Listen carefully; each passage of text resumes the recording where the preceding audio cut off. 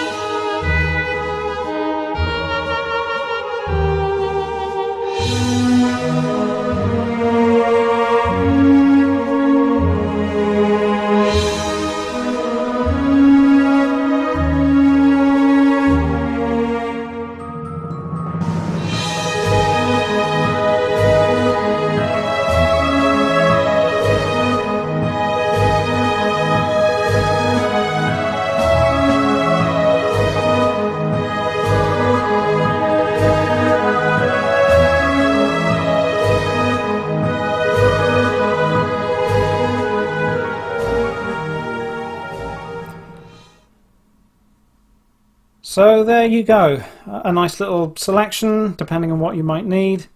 Obviously the more modern toilet is the smallest and neatest design. The old gravity fed toilet's still in use here and there, so you might get some use out of that. I think my favourite though is this heavily romanticised version of an outhouse, but it is a good design. Access via the door and the roof for putting minifigures in. Yeah, it does look good. So I hope you enjoyed that, if enjoyed is the right word given the subject matter, but I hope you found it useful. How about that? Yeah, there we go. So take care and I'll see you again.